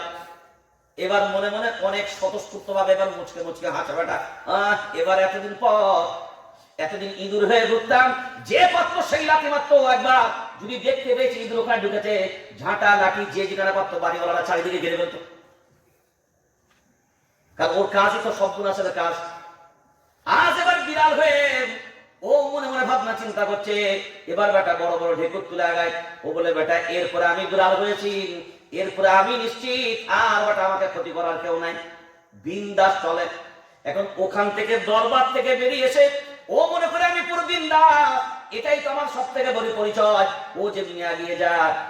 এখন ভাবনা চিন্তা করে দেখেন, অপরিচিত বিড়াল, এই গ্রামটার নাম কি? দেবীপুর। এখন অপরিচিত বিড়াল এই দেবীপুরের পাড়ায় যেমনি ঢুকেছে, তেমনি এই পাড়ার কুত্তাগুলো বেটা দেখতে পেয়েছে, এই মালকে তো কোনোদিন দেখি নাই। এ নতুন প্রোডাক্ট আসলো কোথা থেকে? কুত্তাদের কাজই হলো ইনকোয়ারি করা, তদন্ত করা। কুত্তাদের কাজ কি? ইনকোয়ারি করা, তদন্ত করা। বলে, এ প্রোডাক্ট তো এই পাড়ায় ছিল না, হঠাৎ করে আবিষ্কার হলো, কোথা থেকে মাল খোঁজে, গোয়েন্দা বিভাগ কিনা। এবার লেফটানা বিড়ালকে ওই যে খেঁচে ছুট, ও চিন্তা ভাবনা করে এবার মাঝ মাঠে গিয়ে বিড়াল এবার হাঁপায় আর মনে মনে ভাবনা চিন্তা করে, হাই রে অবস্থা ভালো না। বলে, হুজুরের দরবারে গেলাম, ইঁদুরের অবস্থা ভালো ছিল না, এখন দেখছি বিড়ালের অবস্থা ভালো না। বিড়াল অবস্থাও ভালো না। এবার ওখান থেকে মন মেজাজ খারাপ করে ও তো চিন্তা করছে, আমি তো গ্রামে আর ঢুকতে পারছি না, কারণ কুকুরদের যারা এক গ্রামে ঢুকতে পারবো না, বেটা তারা ভালোই খেয়েছে। এবার ওখান থেকে চিন্তা ভাবনা করে নিয়েছে, এত দূর পর্যন্ত যখন আগিয়েছি না সরবাংলা, আমি আর একবার কষ্ট মষ্ট করে হুজুরের দরবারে যাই। এবার গেছে হুজুরের দরবারে যাওয়ার পরে এরপর আবার সামনে গিয়ে বসে মন মেজাজ খারাপ করে বসা, বলে তোর আবার কি হলো? বলো হুজুর, মনে করলাম ইঁদুর থেকে বিড়াল হলে বুঝি অবস্থা ভালো হবে, এখন অবস্থা যে অবস্থা ভালো না। হ্যাঁ, এটা মনে রাখবেন, অবস্থা ভালো না। তুই কি বললি? বলে হুজুর যা বলবো কি, মনের আনন্দে যখন এখান থেকে বিড়াল হয়ে দৌড় দিলাম, আর এই দেবীপুর এলাকায় যখন গেলাম, ওই এলাকার কুত্তাগুলো যে খেয়ে এত তাজা মোটা হয়ে আছে বুঝলাম না। বেটা যেতে দেরি, কারণ জীবনে কোনোদিন ওরা আমাকে দেখেনি। বেটা এক তারাতে মাঠে গিয়ে হাজির। এই কুকুরদের তারা কি আর ভিতরে ঢোকার কোনো সাহস নাই। আমি বুঝলাম এই কুকুরদের জ্বালায় বুঝি আমি শান্তিতে থাকতে পারবো না। তাই হুজুর একটা কাজ করা যাক, এত দূর পর্যন্ত যখন একটু উপকার করলেন হুজুর, আর একটু উপকার করে দেন। বলো উপকারটা কি? বলো হুজুর মেহেরবানি করে আর একবার আপনার আল্লাহকে বলেন আমাকে বিড়াল থেকে প্লিজ কুত্তা বানিয়ে দেন। বিড়াল থেকে জোরে বলেন কুত্তা বানিয়ে দেন। হুজুর বলছে এটা হলেই কি সমস্যা সমাধান হবে? বলে আর কোনো টেনশন নেই। এবার হুজুর দোয়া করলেন, ফুঁকো দিলেন, মাল বিড়াল থেকে কুকুর। এবার বেটা যখন কুত্তা হয়ে এই দেবীপুর গ্রামে ঢুকেছেন, এখন কুত্তাদের একটা অভ্যাস দেখবেন, যে পাড়াতে যে কুত্তাগুলো থাকেন, অন্য পাড়ার কুত্তা যদি ওই বর্ডার ক্রস করেছে, বিএসএফ জওয়ানদের থেকেও তারা বেশি জোরে মারবে। এবার যেমনি মাল ঢুকেছে এই এলাকায়, সব পুরো মহল্লার কুত্তার হেড কমান্ডার যে ছিল সে বলছে কে কোথায় আছে তাড়াতাড়ি বাড়াও। কারণ আমাদের মালের পোড়াকে ভাগ বসাবার জন্য আর একটা ঢুকেছে। এমনি কোন রকম ভাগ বসা করে আমরা খাই, আর এই বেটা যদি নতুন করে আসেন তারা আমাদের খাবারে ভাগ বসাবে। এখন ওই জায়গায় কুকুর আচ্ছা তারা মেরেছে। এবার এই বেটা তারাকে একদম সোজা চলে গেছে একদম সুন্দরবন জঙ্গলে। কোথায়? সুন্দরবন জঙ্গলে। এবার মনে মনে ভাবলো জঙ্গলে টেনশন নাই, কারণ কুত্তাগুলো জঙ্গলে আসবে না। কুত্তা যখন এবার জঙ্গলের ভিতরে গেল, জঙ্গলের ভিতরে গিয়ে দেখেন রয়্যাল বেঙ্গল টাইগার। বুঝেছে বাচ্চা আজকাল কুত্তারও এত সাহস, আমার সামনে ঘুরে বেড়ায়। এবার চিন্তা ভাবনা করে দেখেন, যেমনি বাঘের সামনে পড়েছে, বাঘ এবার খাবো বলে যেমনি থাবা বসানোর জন্য বেটাকে তাড়া মেরেছে। আবার বেটা জঙ্গল থেকে আবার ছুট। এবার দেখছি যে পাশে বাংলাদেশ করার উপায় নেই, তার কাটাগুলো এত শক্ত করে বেঁধেছে। বলছে উপায় যখন না, ও খালি মাথায় একদম খালি মাঠে গিয়ে আবার চিন্তা ভাবনা করে দেখে, কুত্তা হয়েও শান্তি নাই। এবার বেটা আবার ঘুরে বলছে যা হয় হবে, হুজুর যাই বলুক না কেন, মারধর যাই করুক না কেন, আরেকবার পায়ে ধরে ক্ষমা চেয়ে নেবো। বলে হুজুর যে কোনো হালতে এই অবস্থা আমার পরিবর্তন করা লাগবে। এবার বেটা গিয়ে আবার দরবারের সামনে গিয়ে বসা। হুজুর বলে ওই আবার কি হলো তো? এবার বেটাতে অনেক ছুটেছে তো, আর কুত্তার গুণ হলো দেখবে এসে বসা।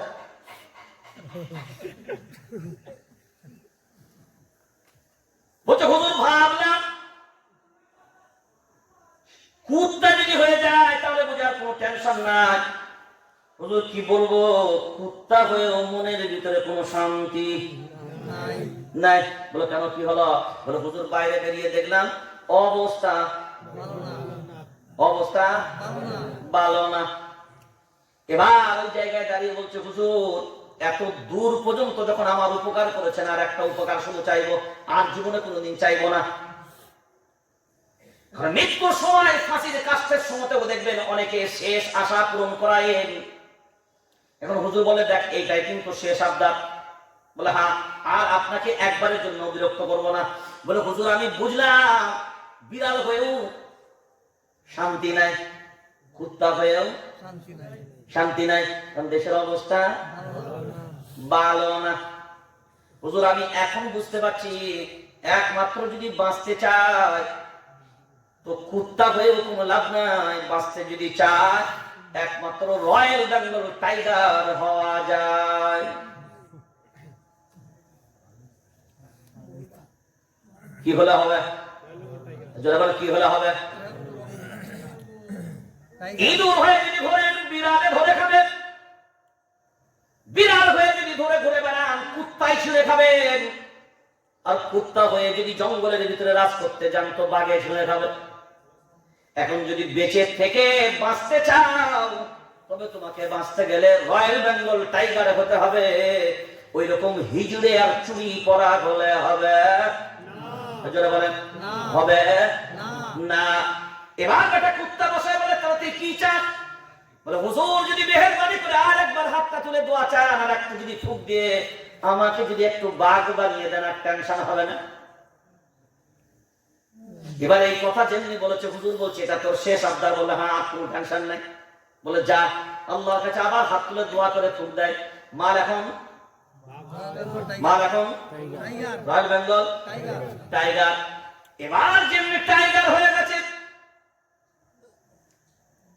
এবার বেটা বড় বড় ঢেকুর তুলছে, কারণ সামনে তো মানুষের গ্রাম পাচ্ছে। কিসের গ্রাম? জোরে বল, মানুষের গ্রাম। কিসের গ্রাম? মানুষের গ্রাম পাচ্ছে। এই যে মানুষের গ্রাম যখন পাচ্ছে, এবার বড় বড় ঢেকুর তুলে বলে, হুজুর ব্যাপারটা বুঝতে পারছি না, হঠাৎ করে কি হাওয়া বাতাস লাগলো, বড় বড় ঢেকুর উঠে গেল। এবার তোর মাথায় ঢুকলো, আমি যখন জঙ্গলে গিয়েছিলাম, বাঘ আমাকে শিকার করার জন্য তাড়া করেছিল। আমি দেখেছি বাঘ কিভাবে শিকার করে, কিন্তু আমি যে বাঘ হয়েছি জীবনে কোনোদিন শিকার করিনি, কারণ আমি ইঁদুরের বাচ্চা। কার বাচ্চা? জোরে বল, কার বাচ্চা? ইঁদুরের বাচ্চা। এখন বলে, আমি যে বাঘ হয়েছি এটা কি জাতীয় বাঘ না ফুঁক দেওয়া বাঘ? জোরে বলেন, কি বাঘ? ফুঁক দেওয়া বাঘ। এবার বলছে, হুজুর এতটা যখন উপকার করলেন, বলছে, তুই চলে যা। বলছে, তুই যাবো যাবো ভাবছি, কিন্তু হঠাৎ করে মাথায় একটা কথা আমার ঢুকে গেল। আমি চিন্তা করলাম, এই অবস্থায় যদি আমি জঙ্গলে যাই, তো আমি কি করবো একা? যে কেন, ব্যাপারটা বুঝলাম না। বলো, হুজুর আমি যে বাঘ, আমি তো জাতীয় বাঘ না, কারণ আমি তো ফুঁক দেওয়া বাঘ। আমি তো জীবনে কোনোদিনও শিকার ধরি নাই। কারণ আমি এই অবস্থায় যদি বিনা প্র্যাকটিসে জঙ্গলে যাই, তো আমারই অবস্থা কি হবে? ফিনিশ। কেন, আমি তো শিকার ধরা বাঘ না, আমি তো ফুঁক পাওয়া বাঘ। তো হুজুর বলছিলাম, এতটা যখন উপকার করলেন, আর একটু উপকার করে দেন। তা বল, কি বলছে, তো খুলে বল। বলছে, হুজুর বলছিলাম বলতে কি বলছিলাম, যে একটু তো প্র্যাকটিস করা লাগবে। তো হুজুর বলছিলাম, যদি প্রথম প্র্যাকটিসটা আপনাকে দিয়ে শুরু করি।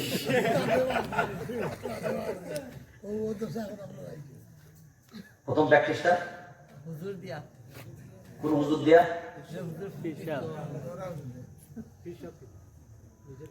ঈশ্বর তখন ভাবনা চিন্তা করে, হায় রে হতচ্ছাড়া, তুই বেটা বললি অবস্থা ভালো না, তোকে এই দূর থেকে আমি বিড়াল বানালাম। বিড়াল হওয়ার পরেও তুই বললি অবস্থা ভালো না, আমি বিড়াল থেকে কুত্তা বানালাম। তারপরেও তুই বললি আমার অবস্থা ভালো না, আমি কুত্তা থেকে বাঘ বানালাম। এখন বেটা বিয়াদব, তোকে আজকে বাঘ বানিয়ে দিলাম, সিংহাসন চেয়ার গুলো যেমনি পেয়ে গেলি বাঘের, তেমনি তুই বেটা আমাকেই প্রথমে ধরে ভক্ষণ করতে চাস।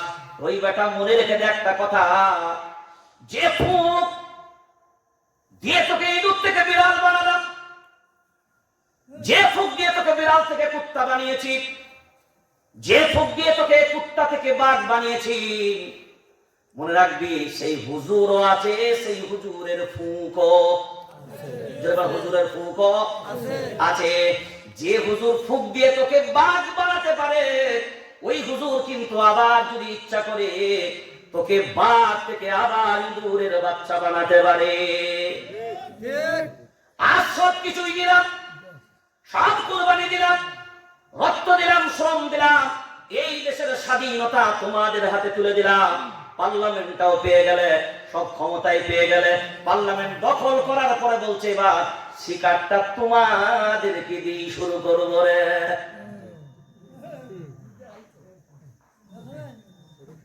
কথা বুঝতে পারেন নাই? এখন বলেন, ভাবনা চিন্তা করে, যে দাবি বলা টুপি বাঁধা, যে কোরআনুল কারীমকে সামনে রেখে যে কোরআনওয়ালারা, যে আল্লাহওয়ালারা, যে দাড়িওয়ালারা, যে টুপিওয়ালারা এই ভারতবর্ষের স্বাধীনতা নিয়ে এসেছিল ব্রিটিশ সাম্রাজ্যবাদীদেরকে বিতাড়িত করে, এখন ভাবনা চিন্তা করে বলেন, অনেকের মনে মনে ভাবনা চিন্তা হবে না, আমরা টেনশন নেই না। তাহলে ইঁদুরের বাচ্চা হলে টেনশন নিতে হবে, ইঁদুরের বাচ্চার পরে বিড়াল হলেও টেনশন নিতে হবে, বিড়ালের পরে কুত্তা হলেও টেনশন নিতে হবে, বাঘ হলে কিন্তু টেনশন নিতে হবে না। আমরা যদি আজকে উলামায়ে কেরাম, আমরা যদি মুসলিম সমাজের মানুষ, আমরা যদি ঈমানওয়ালা দাবি করি আল্লাহর গোলাম, মনে রাখতে হবে বিড়ালের বাচ্চা হয়ে এখনকার জামানায় আর চলার সময় নাই।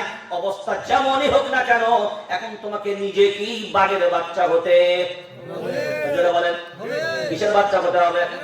এবার যারা মনে মনে ভাবছে এই হিন্দুস্তানের মাটিতে মাহমুদুল হাসান দেওবন্দির মতন সিংহ পুরুষ গুলো নাই, হুসেন আহমদ মাদানী রহমাতুল্লাহ আলাইহির মতন রয়্যাল বেঙ্গল গুলো নাই, উবাইদুল্লাহ সিন্দির মতন ওই রকম বাঘের বাচ্চাগুলো নাই, ওই জন্য আমরা বিন্দাস, আমাদের কোনো টেনশন নাই।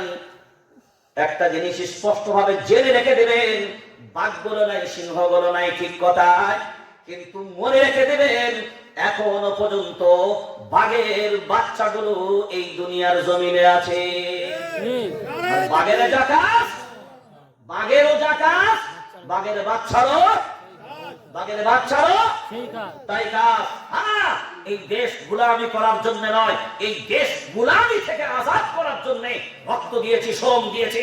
এই দেশের মাটিতে আমরা কোনোদিন দ্বিধাগ্রস্ত হয়নি, এই দেশের মাটিতে কোনোদিন দ্বিধা আমরা করিনি যে এই দেশের মাটি কেউ কোনোদিন গোলামি করার জন্য আমরা আসবো। হ্যাঁ, এই দেশে মনে রেখে দিবেন, আমি সিদ্দিকুল্লাহ, আমার যতটা অধিকার, একজন মুচির দম তার ততটা অধিকার। মনে রেখে দিবেন, দেশের প্রধানমন্ত্রীর যতটা অধিকার, আমি সিদ্দিকুল্লাহ আমারও ততটা অধিকার, কারণ এই দেশের আমি নাগরিক, এই দেশে আমার অধিকার আছে। আর মনে রেখে দিবেন, ইসলাম এই দেশের মাটি থেকে আজকের জন্য নয়, কিয়ামত পর্যন্ত থাকবে। কোন মায়ের লায়ের হিম্মত নেই এই দেশের মাটি থেকে ইসলাম মুছে দিতে পারে। নারায়ে তাকবীর, নারায়ে তাকবীর, আল্লাহু আকবার, ইসলাম জিন্দাবাদ, উলামায়ে দেওবন্দ জিন্দাবাদ, হযরত মাওলানা শেখ সিদ্দিকুল্লাহ ভাইজান জিন্দাবাদ। একটা জিনিস স্পষ্ট ভাবে মনে রেখে দিবেন, খুব বিনয়ের সাথে বলছি এই কথাটা, ইসলাম কখনো হিংসার পক্ষে নয়। বললাম ইসলাম কখনো হিংসার পক্ষে নয়। আল্লাহর নবী সাল্লাল্লাহু আলাইহি ওয়াসাল্লাম বলেছেন, তুমি মুমিন হতে পারবে না তোমার দ্বারাই যদি তোমার প্রতিবেশী নিরাপদে না থাকে। কার কথা এটা? আল্লাযী লা ইয়ামানু জারুহু বাওয়াইকা। তুমি মুমিন হতে পারবে না তোমার দ্বারাই যদি তোমার প্রতিবেশী নিরাপত্তা না পায়। আমি নবী বললাম, তুমি মুমিন হবে না, আর মুমিন না হলে কবরে কবরে শান্তিও হবে না। এখন আপনি যদি ভাবনা চিন্তা করে এই জায়গাটা দেখেন, আজ ইতিহাসের মাটি থেকে আমরা এগুলো কোনোদিন এই জন্যই মূল্যায়ন করি না। আজ আমরা যদি মূল্যায়ন করতে পারতাম, আমাদের ওজন, আমাদের অস্তিত্ব যদি আমরা ভাবনা চিন্তা করতে পারতাম, আমি ওই জন্যই প্রথমেই আপনাকে বললাম 850 বছর আমরা রাজত্ব করার পরেও আমাদের মাঝখান থেকে চেয়ারগুলো চলে গেল কি কারণে? এইটা কেন মূল্যায়ন করতে পারলাম না, এটা কেন উপলব্ধি করতে পারলাম না? এর একটাই কারণ, মনে রেখে দেবেন, তখনকার ফুঁকওয়ালা গুলো ইঁদুরকে বিড়াল বানাতে পারত, আর এখনকার ফুঁকওয়ালা গুলো ফু দিয়ে ধুলা উড়াতে। কারণটা কোথায়? সব ফতোয়াবাজিতে শেষ। কারণ কোথায়? জোরে বল, কোথায় শেষ? কোথায় শেষ? সব ফতোয়াবাজিতে শেষ। এ ওর বিরুদ্ধে ফতোয়া, এ ওর বিরুদ্ধে ফতোয়া, এ ওর বিরুদ্ধে ফতোয়া। যার কারণে, এই ফতোয়াবাজির কারণে আজকে আমরা শেষ। ফেসবুক খোলেন, সোশ্যাল মিডিয়া খোলেন, সুন্নিরা ওয়াহাবিদের বিরুদ্ধে, ওয়াহাবি সুন্নির বিরুদ্ধে, দেওবন্দি বেরেলির বিরুদ্ধে, বেরেলি দেওবন্দির বিরুদ্ধে, লামাধাবি মাযহাবিদের বিরুদ্ধে, মাযহাবি লামাধাবিদের বিরুদ্ধে, বুকে হাত বাঁধে ওয়ালাদের বিরুদ্ধে, নাভির নিচে হাত বাঁধে ওয়ালারা, আর নাভির নিচে হাত বাঁধে ওয়ালাদের বিরুদ্ধে, বুকে হাত বাঁধে ওয়ালারা। ওলামায়ে কিরামরা আছেন, হাত বাঁধা ফরজ না ওয়াজিব? সবাই বলেন এখানে হাত বাঁধা ফরজ না ওয়াজিব?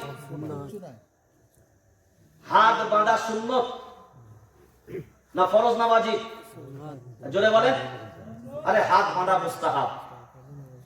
হাত বাঁধা, আপনি হাত যদি নাও বাঁধেন নামাজ, ওই নামাজের যে কটা রুকান আছে তার ফরজের ভিতরে দেখেন তো হাত বাঁধা আছে কি? জোরে বলেন না। আমাদের ঝগড়া কিসে?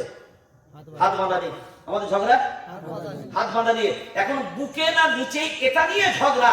আর এই ঝগড়াটা কোথায়? সোশ্যাল মিডিয়ায়। এই সোশ্যাল মিডিয়া দেখছে কারা? সারা দুনিয়ার বিশ্ব তারা।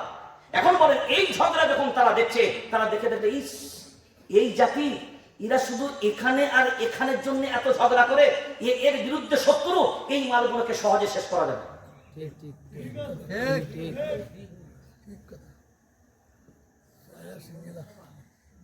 আর শেষ আমরা করেছি। আজকে ঝগড়া কিসে? ইয়া নবী সালাম আলাইকুম। কি ইয়া নবী? আমি বলি আরে পাগল, তোরা কি নিয়ে ঝগড়া করিস? আমার বলে আমার কলকাতা একবারে আমি খুব অসুস্থ ছিলাম, তো আমার একটা ছাত্রদের বাড়িতে, তো আমি ওখানকার একটা জলসা হচ্ছে, তো আমি বললাম না আমি যেতে পারবো না, খুব প্রচন্ড জ্বর। তো বললো হুজুর আপনি যদি 10 মিনিটের জন্য না যান তাহলে মুরব্বীরা আমাদেরকে ঠেঙ্গিয়ে সোজা করে দেবে। কারণ মুরব্বীদের একটাই বক্তব্য হলো হুজুর যেন আসে 10 মিনিটের জন্য হলো। আমার এলাকাতে আলহামদুলিল্লাহ আপনাদের নেক দোয়ার বরকতে আমার যত বড় এলাকা, যত বড় সমস্যা হোক, যত বড় ঝামেলা হোক, এমনকি এক গ্রামের সাথে আরেক গ্রামের ঝামেলা, কিন্তু আল্লাহর ইহসান যতবারই এইরকম সমস্যার সম্মুখীন হয়েছে, বিচারক হিসেবে যে কিন্তু সিদ্দিকুল্লাহ নিয়োগ হয়েছে। এটা একটা বিরাট বড় আল্লাহর ইহসান। কথা আপনারা জানেন না, অনেক ক্ষেত্রে সাম্প্রদায়িক দাঙ্গার ক্ষেত্রেও এমন পরিস্থিতি তৈরি হয়েছে যেখানে স্বয়ং পুলিশ, ডিএসপি তারা যেতে সাহস পাচ্ছেন না। আমি বললাম স্যার আমাকে 10টা মিনিট সময় দেন। বলে সিদ্দিকুল্লাহ স্যার এই মুহূর্তে আপনাকে আমরা ছাড়তে পারছি না, কারণ আমরা নিরাপত্তা দিতে পারবো না। আমি বললাম হিন্দু ভাইদের ভিতরে আমি যাচ্ছি, আপনি নিশ্চিত আমার পক্ষ থেকে কোনো রকমের এফআইআর, কোনো রকমের আপনার কমপ্লেন দেওয়া হবে না। যদি আমি মার খেয়ে আসবো, কিন্তু আমাকে অনুমতি দেন 10 মিনিটের জন্য হলেও আমি হিন্দু ভাইদের কাছে যাবো। এখানে কোরআনের মজলিস থেকে বলছি, আমি প্রথম খেতে নারাজ। 10 মিনিটের জন্য ডিএসপি এবং থানার আইসি যখন বললেন যে আপনি কি পারবেন, আমাকে যেতে দেন, কারণ কোরআন ওয়ালারা যেখানে সমস্যার সমাধান সেখানে। আলহামদুলিল্লাহ আগিয়ে গেলাম, সাহস নিয়ে গেলাম, হিন্দু ভাইদের পুরো মহল্লায় ঢুকলাম। আর আমার পরিচয়টা এমনই একটা জায়গায় যে আমার কাছে, আমার দরবারে কিন্তু শুধু মুসলমানরা না, মানে হিন্দু ভাইদের, হিন্দু বইদের, হিন্দু সব শ্রেণীর মানুষগুলো আমার দরবারে আছে, যার কারণে একটা শ্রদ্ধা সম্মান তাদের কাছে আছে। এবার যখন দেখছে যে আমি স্বয়ং সেখানে হাজির, না আপনি এসছেন, বলেন আপনাদের বক্তব্য কি সমস্যা, বলেন কেন হবে? একই বাজার, একই জায়গায়, আপনার দোকান পাশে, তার ভাই একটা মুসলমানের দোকান, কেন আপনাদের ভিতরে ডিভাইড? কেন পুলিশ এই জায়গাগুলো করবে? কেন আপনাদেরকে উঠাবে? সেই আমার যাওয়ার আগে 6 জন, এদিকে 3 জন, এদিকে 3 জন অ্যারেস্ট হয়ে গেছে অলরেডি। তো আমি যাওয়ার পরে তাদেরকে বোঝালাম, তারপরে দেখলাম যে মহল্লাটা, যে এলাকাটা মুসলিম এলাকা, একদম সব বুঝতে পারছেন তো কিরকম, ওটা খুলে বললাম না কারণ মাইক চলছে, ওই জন্য খুলে বললাম না যে তাদের অবস্থা কিরকম, এত বিয়ারা, বাস এই পর্যন্ত রেখে দিলাম। তো গেলাম না, কি বাকিটা বুঝে নেন, বাকিটা কি বললাম, বাকিটা বুঝে নেন। তারপরেও বললাম শোন, সিদ্দিকুল্লাহ এসছে আজকে, প্রশাসনের কাছ থেকে অনুমতি নিয়ে আমি তোর দরবারে আজকে এসছি, মনে রেখে দিবি, আজকে আমি যদি ফিরে যাই, আমি এখান থেকে যেতে দেরি, তোদের মস্তানি সব শেষ, তোদের মস্তানি শেষ। তো রাষ্ট্র রাজি হয়ে গেল। আমি বললাম আর একটা কোন পক্ষের পক্ষ থেকে একটা আসবে না, আমি এখানে বসে থাকবো রাত্রি 2 পর্যন্ত। আমি বসে গেলাম, পুলিশ প্রশাসন বলল আপনি বসবেন। আমি বললাম আপনি নিশ্চিন্তে থাকুন, আমি এখানে বসবো, আর আমি নিশ্চিত আমি যদি বসে থাকি একটা পক্ষে কোনো যুবকের হিম্মত হবে না একটা ইট ছোড়া। লাস্টে প্রশাসনের পুরো ব্যারিকেড রেলি অলরেডি অ্যারেস্ট হয়ে গেছে। আমরা তৎক্ষণাৎ সঙ্গে সঙ্গে, সামনে পঞ্চায়েত ছিল, আমরা দুই পক্ষের একটা টিমকে ডাকলাম। আমি বললাম একটা কাজ করেন, এই পক্ষের কিছু মানুষকে ডাকেন যারা সম্মানীয় বড়রা আছে, এই পক্ষের কিছু ডাকেন। ডাকার পরে পঞ্চায়েতে মিটিং করলাম, এমন আর একটা আক্রমণ হবে না। আসুন আমরা যেভাবে কাঁধে কাঁধ মিলিয়ে থাকতাম, আমাদেরকে নতুন করে এইভাবেই থাকতে হবে। কারণ আজকে 2 দিন 4 দিন ঝামেলা করবেন, তারপরে থাকবেন কোথায়? সবাই ছেড়ে চলে যাবেন? এখানেই তো থাকতে হবে। এখানে তো এই 2-4 জনের উচ্ছৃঙ্খলার জন্য আমরা আমাদের পরিবেশ আর সমাজকে নষ্ট করতে পারি না। ঠিক ঠিক। সব পক্ষই যখন এই জায়গায় শান্ত হলো, বললো তাহলে কি হবে? আমরা আপনি আপনার মহল্লার দায়িত্ব নেন, আপনারা আপনার মহল্লার দায়িত্ব নেন। প্রশাসন বললো এটা কি সম্ভব হবে? আমি বললাম আপনারা আমাদের প্রতি ভরসা রাখেন। একটা ছেলে বলে এফআইআর তো হয়ে গেছে, যেহেতু এটা সাম্প্রদায়িক দাঙ্গা। আমি বললাম আমরা 2 পক্ষ এই এফআইআর কে উদ্ধার করতে চাচ্ছি। 2 পক্ষকে নিলাম, 2 পক্ষকে নিয়ে কোর্টে একজন লয়ার কি বললাম, আপনি 2 পক্ষেরই উকিল হন। জজের সামনে সারেন্ডার করে বললাম আমাদের ভিতরে আলহামদুলিল্লাহ আপোষের মধ্যে মীমাংসা হয়ে গেছে, এই 6 জনকে আমরা মুক্তির দাবি করছি। আপনি নিঃসন্দেহে ম্যাডাম শান্তির পক্ষে আপনি হবেন। যদি মনে করেন যে এলাকায় শান্তি ফিরে আসুক, তাহলে আমাদের বিনীত নিবেদন আপনার সামনে, আমি নিজে কাঠগড়ায় উঠেছি তাদেরকে নিয়ে, বিনীত আবেদন আপনার কাছে ম্যাম প্লিজ, দেখতে পাচ্ছেন আমরা 2 পক্ষই এক জায়গায় দাঁড়িয়েছি, এই ছেলেগুলোকে ছেড়ে দেন, আমরা এলাকায় শান্তি ফিরাতে পারবো। আলহামদুলিল্লাহ জজও মঞ্জুরি দিলেন।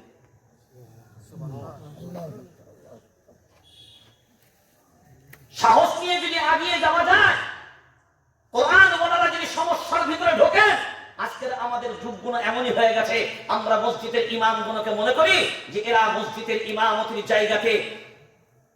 একজন আমাকে একদিন বলছে, হুজুর আমাদের ইমাম সাহেবটা না দারুণ আল্লাহওয়ালা, বুঝলেন?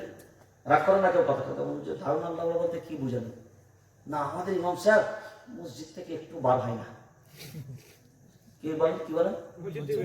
মসজিদ থেকে বার হয় না, দারুণ ইমাম সাহেব সারাক্ষণ কামরাই থাকে।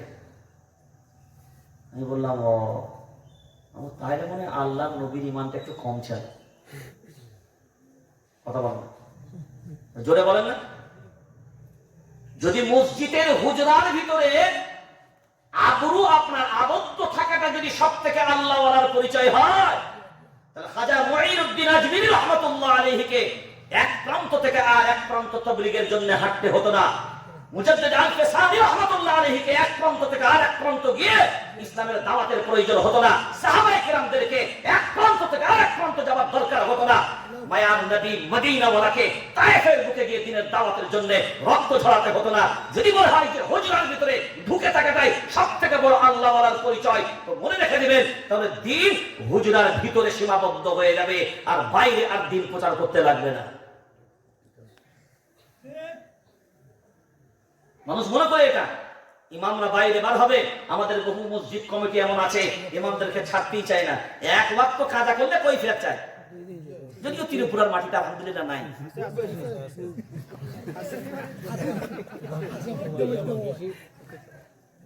বেচারা ছেলে শরীর খারাপ, বাড়ি গেছে, ডাক্তারখানা নিয়ে গেছে, এক ওয়াক্ত ঢুকতে পারে নাই।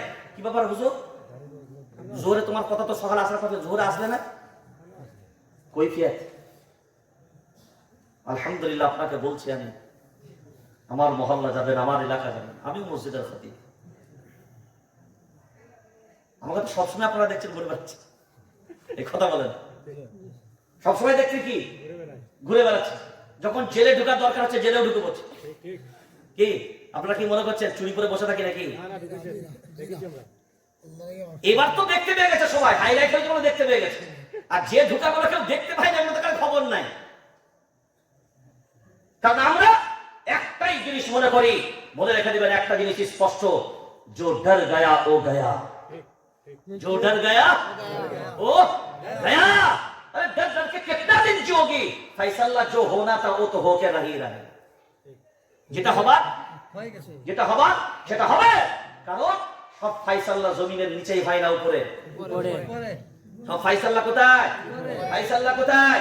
তো রবের পক্ষ থেকে যে সিদ্ধান্ত থাকবে, এই সিদ্ধান্তকে পরিবর্তন করার হিম্মত দুনিয়ার কোন মায়ের লালে নাই। কোন মায়ের লালে নাই। ওই জন্য আমি একটা কথা বারবার ভাবি বলি, हम ओ ईटा नहीं, हम ओ ईटा नहीं जो दीवारों से टूट जाए, हम तो वो पत्थर हैं जो पहाड़ों से भी टकरा जाए, फिर भी कोई पहाड़ नहीं जो हमें तोड़ सके। अरे हिंदुस्तान तो क्या, दुनिया में भी किसी माई का लाल नहीं जो मुसलमान को दुनिया से मिटा सके। हिम्मत नहीं करो, কারণ এই সিদ্ধান্ত আমার রবের। এ মুসলমান থাকবে কিয়ামত পর্যন্ত, এটা কেউ রদ করতে পারবে না। পারবে না, পারবে না। কারণ এই সিদ্ধান্ত কার? সিদ্ধান্ত কার? এই যে আসমান, এর খুঁটি আছে না নাই? জোরে বলেন। কে বলেছে? এবার বলছে আছে। যেমনি বলছি কে বলেছে, বলছে আছে। আসমানের খুঁটি আছে না নাই? জোরে বলে। টেনশনে পড়ে গেছে, কোনটা বলি বল। আসমানের খুঁটি আছে, আসমানের খুঁটি আছে আছে। আজকেও একটা জাদু দেখাবো।